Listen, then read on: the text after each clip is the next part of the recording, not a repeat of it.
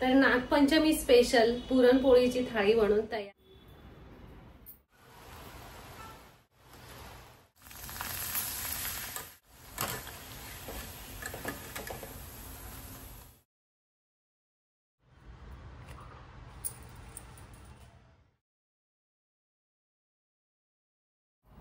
नमस्कार, मी अरुणा चौधरी माझ्या चॅनलवरती तुमचं स्वागत करते। तर नागपंचमीच्या तुम्हा सर्वांना हार्दिक शुभेच्छा। तर मला नागपंचमीची पूजा करायची आणि पुरणपोळ्या करणार आहे। तर काय काय तयारी केली आहे मी ती तुमच्याशी शेअर करते आणि नागपंचमीची पूजा जी आहे ना ती पण आता करणार। तर मी आज भजी न करता आळू वड्या करणार आहे। तर त्या इकडे अशा वाफवून घेतीये आणि पाव किलो चण्याची डाळ जी आहे ना ती शिजवून घेतलेली आहे। तर कटाची आमटी करायची, त्याच्यासाठी बाजूला थोडीशी डाळ आणि त्यातलंच पाणी बाजूला काढून ठेवले आणि कटाच्या आमटीसाठी मसाला बनवून घेतीये। तर कांदा, लसूण, हिरवी मिरची आणि आलं हे असं भाजून घेतीये। खोबरं सुद्धा सुकं भाजून घेतले, त्याच्यात कोथिंबीर टाकून ठेवलेली आहे, ते वाटून घ्यायचं आहे।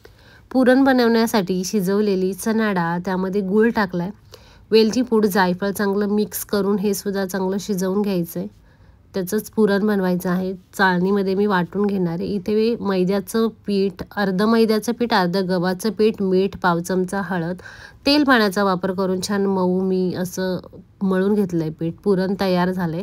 इथे मी ना नागाची मूर्ती आणली होती, बाकी पत्री, फुलं, दूध आणि लाया। तर आता पूजा मांडून घेणार आहे मी।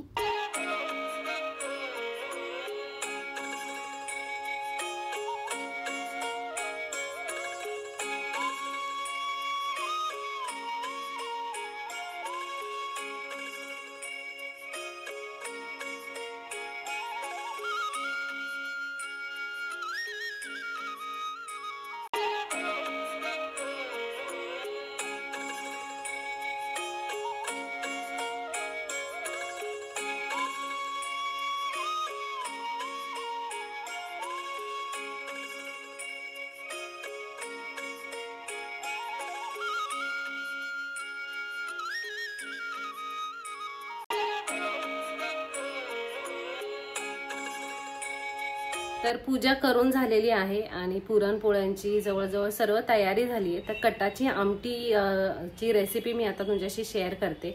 मग पुरणपोळ्या करते आणि आळू वड्या आहेत त्या मस्त तळायच्या आहेत। तर ना हा मी मसाला वाटून घेणार आहे।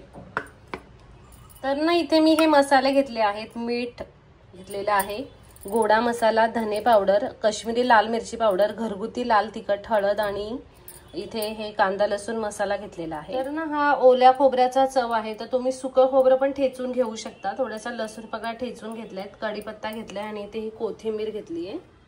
तर कढई चांगली गरम करून घेतली आहे, त्यामध्ये 2 ते 3 चमचे तेल टाकून गरम करून घ्यायचे। पाव चमचा जिरे टाकून ते चांगले फुलले की त्यामध्ये जो ठेचलेला लसूण होता तो, कढीपत्ता आणि जो खोबऱ्याचा चव होता, तर तुम्ही सुकं खोबरं ठेचून घेऊ शकता। यामध्ये छान लागतं सारामध्ये असं ठेचलेलं खोबरं। तर याची छान आता फोडणी करून घेतीये। खोबरं छान लालसर झालं की त्यामध्ये कोथिंबीर टाकते, कारण यामध्ये मी मसाले टाकणार आहे, मग ते जळणार नाही। आणि आता यामध्ये सर्व मसाले मी ॲड केलेले आहे, छान मिक्स करून घेणार आहे। आणि जो कांदा खोबऱ्याचा वाटलेला मसाला होता तो सुद्धा मी यामध्ये ॲड करून चांगलं मिक्स करून घेणार आहे। तर कटासाठी जे शिजवलेल्या डाळीचं पाणी काढलं होतं त्यामध्ये मी थोडीशी चणा डाळ पण टाकून घेतली होती, तर ते आता यामध्ये ॲड करायचं आहे। तुम्हाला जेवढं घट्ट, जेवढं पातळ हवं आहे ही कटाची आमटी, त्या प्रमाणामध्ये पाणी ॲड करायचं आहे। शक्यतो गरम पाणी ॲड करा, म्हणजे ह्या कटाच्या आमटीला छान अशी तरी येते।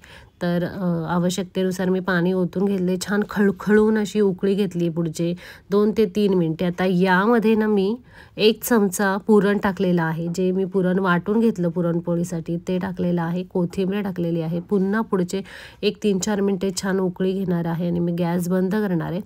आणि यामध्ये पुरण टाकलं तर खूप चवदार अशी आमटी होते, म्हणजेच ही कटाची आमटी होते। नक्की करून पहा अशा प्रकारे। तर आता जे आहे तळून घेते, तर पापड तळणार आहे आणि ज्या आळूच्या वड्या केल्या होत्या मी तळून घेणार आहे। तर कधी मी असे शॅलो फ्राय करते, कधी मी तेलामध्ये तळते, पण आता पापड तळायचे आहेत, मग त्याच तेलामध्ये मग मी ह्या आळूच्या वड्यासुद्धा मी तळून घेणार आहे। यानंतर मी पुरणपोळीसुद्धा करून घेणार आहे, कारण देवाला नैवेद्य अर्पण करायचं आहे।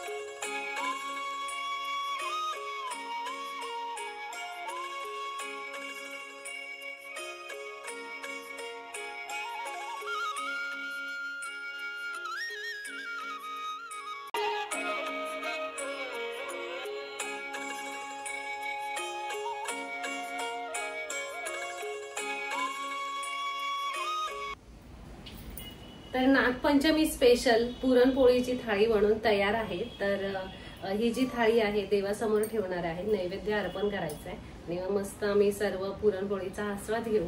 तर हा व्लॉग कसा वाटला कमेंट करून नक्की सांगा। व्हिडिओ लाईक करा, शेअर करा आणि चॅनलला सबस्क्राईब केलं नसेल तर नक्की सबस्क्राईब करा। धन्यवाद।